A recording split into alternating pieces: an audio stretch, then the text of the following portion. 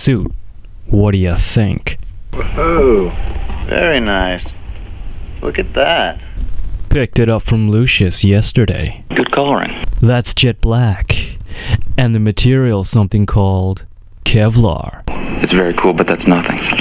Look at this. That is really nice. Technical carbon fiber in graphite. What do you think? Nice.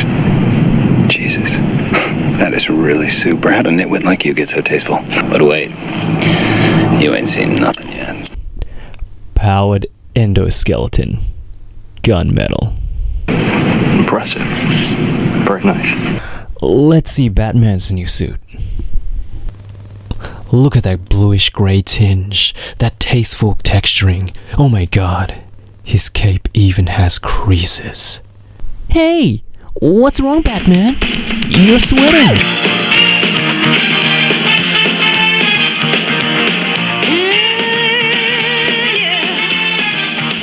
American Psycho. Highly recommended if you haven't seen it. Unless you're underage, then you might want to wait a couple of years. Or you could ask your parents. Or maybe it's a movie you could watch all together as a family. Alright guys, welcome back to another 86 review, and today we'll be looking at the new SH Figuarts Justice League Batman. So first off, let's take a look at the packaging. Small box about the size of a Figuarts Star Wars figure, standard window on the front in a glossy finish. A nice picture of Batman on the side there, big white lettering of Batman printed on the front, and the Bandai and Tamashii Nations logos at the bottom as well. Looking at the sides, top and bottom, and on the back, Batman in a couple of cool poses and the accessories that comes with this figure. So far, for the most part, Figuarts does a pretty well job with their digital coloring technology. They have dropped their ball with a couple of figures in the past. Civil War, Captain America. But to me, this looks like Ben Affleck. So taking a closer look, we get a much thicker, stockier body type with this version of Batman. And I know some people have complained that he's too stumpy, too short, too stocky. But for me, I think they did a pretty good job in translating the overall proportions of this version of Batman into figure form.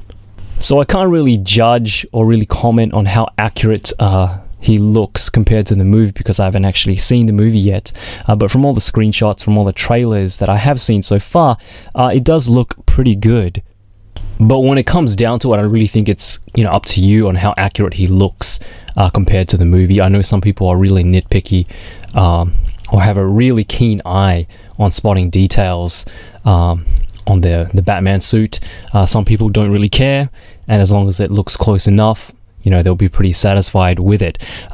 In saying that, it does give off a older, boxier, Dark Knight Returns inspired Batman, and this figure definitely gets that look right. Frank Miller's Batman has always been a personal favorite of mine, and if there were to be a movie version of that, this would definitely be it. I mean, you can just see it in his broader chest, his wider shoulders, his thicker arms. He just looks like a guy that can beat the crap out of you. So the sculpt itself, there is some really nice texture going on throughout the whole suit. You can see it here on the grey parts of the suit, on the torso, also here on the legs. If you lift up the cape, you get those panel lines running through his back there as well, on the back of his calves. What distinguishes this version of Batman with the Batman vs Superman Batman is the panels, the armor panels on his arms, on his chest. I do believe the actual bat symbol is a little different as well. You can see his abs right there. They're all sculpted in. The sculpted details on his gauntlets, on his gloves, right there, on his boots. In terms of paint details, he is mainly molded in this solid dark grey plastic. It almost has a kind of bluish hue to it, so it's not a flat grey. The black here is painted on. We get some nice copper highlights there on the gloves as well, on the knuckles, on the back, and I don't know if that is movie accurate or not. But if somebody can confirm that with me, that would be great. You can just, leave it down in the comments below. The belt is molded in a black flat plastic, and again it does have those copper highlights, which is quite nice. And the belt actually has a different texture as well. It's kind of like a leathery texture there. Now on the boots, the toe caps there are also highlighted in that copper color as well. And I know it's not coming across all too well on camera, but we do get quite a bit of shading on Batman here, on his torso, on his lower torso, just around the areas where the muscles are sculpted, on the arms here, and it does carry over to the legs and onto the back as well, which is quite nice. This isn't just lighting, it actually is sprayed on shading there, which is pretty cool, I think. So the one thing that I do have a problem is with the overall finish of the figure. It has kind of a glossy sheen to it, which I don't really like, and it makes the figure look a little cheap in my opinion, and just brings the overall dark, gritty feel, which this version of Batman is going for, down a bit. I much prefer the Mafex, the matte finish on this figure compared to the Justice League version right here. And looking at Batman's cape, we do have those nice creases, those nice fold lines that come down on the side of his cape, and I think it does add a bit of dimension to the cape instead of having just a single flat piece of material. He does have wires running on the left and the right side, so you can get it to bend and hold some poses. Because of the weight and the nature of the wire, you won't be able to get his cape to hold those higher poses like you can with the Mafex Batman, which is an excellent cape. I really love this cape. It's a really nice light material, but it's not as thick. The wires aren't as thick as the Dark Knight Rises SH Figuarts figure, so it is a little bit easier to manipulate. But I am really happy Figuarts are starting to use cloth material for their capes a bit more in their figures, and I'm sure they'll fine-tune it in the near future and get it right with some of the more later releases. And looking at articulation, Batman does have side to side, up, not too much down, and a bit of head tilt. We get a butterfly joint, some swivel in his shoulder, a full 360 degrees, and better than 90 degrees going up. No upper bicep swivel for Batman. We do get a double jointed elbow, but it is kind of constricted because of his gauntlets. We get a swivel at the wrist and your usual Figuarts hinges. We get a upper and lower torso joint. We don't get too much ab crunch going forward or going back, but if you do kind of turn it onto the angle, onto the side like that, you can get it to go further down. We do get a side-to-side swivel, 360 swivel at the waist, and a bit of swivel there at the upper torso joint as well.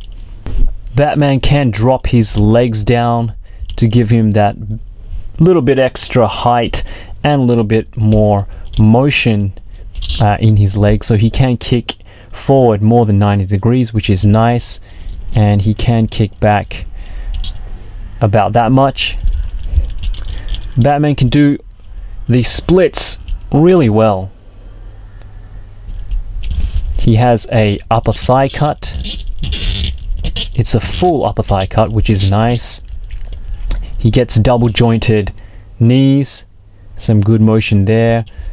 No calf rotation, but we do get a rotation in the foot. The feet are kind of restricted because of the boot and the way it's molded, so you can't get too much range of motion going up or down with the foot. You do get toe articulation, of course, and limited ankle pivot. For accessories, we do get 4 sets of hands. We get Batman's fisted hands for punching, a set of open palm hands, of Batarang holding hands, and you can just slot the Batarang in his hands like so, and he holds it relatively well without it dropping out. And we also get a set of grappling gun holding hands as well, left and right, so he can hold them on either hand, and he does hold it very securely. And just giving you guys a closer look at the grappling gun, one of the features that it does have is that you can take off those grapple cartridge holder on the side there, and it's a tiny piece. You really don't want to lose that. I have no idea why they did this, but yeah, you're definitely going to lose this piece if you don't keep it safe. It does come with some spare grappling cartridges that you can plug onto the side of the gun like that when he's reloading. The gun itself has a brown handle and some silver details painted on a black plastic, and here it is compared to the Mafex Batman vs Superman Batman grappling gun. So they are the same design, but obviously one is bigger than the other. Okay, let's end this video on a positive, because I actually do like this figure. So on the issues, which are pretty much universal and not just with me, yes, he is a little on the short side when compared to other figures. Here you can see him next to the Mafex Batman vs Superman Batman, which is a lot taller, but also thinner than the SH Figuarts version. And on his left we have a standard, Marvel Legends 6-inch figure, and again it is shorter.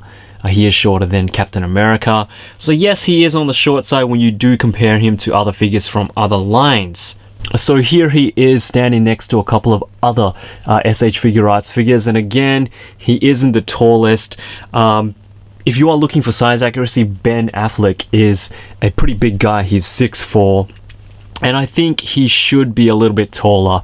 But then again, I don't have any of the other figures, the other Justice League figures to compare him to, so he might scale pretty well with the other figures when they do come out.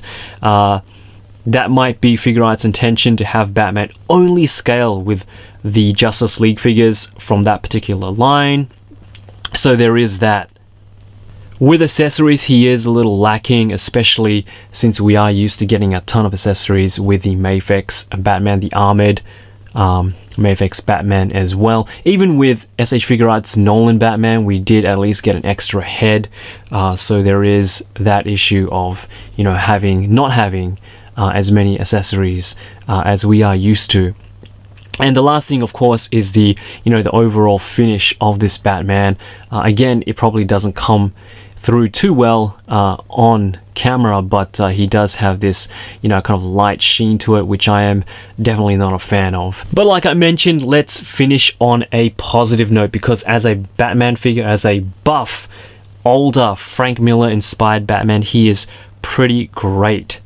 Yeah, he doesn't have as many accessories as we are used to with other Batman figures, with future releases of Batman figures, but I think this is all you really need for this version of the suit. We did get a cloth cape with this Figuarts figure, which looks and functions relatively well, and I think as a standalone figure, if you just want him posed by himself with a Batmobile or beating up some henchmen, you'll be pretty satisfied. Alright guys, so I hope you enjoyed today's video, and thank you for dropping in again. As always, I do appreciate your support, so thank you so much for watching. If you're new here, please feel free to subscribe, and thank you for dropping by.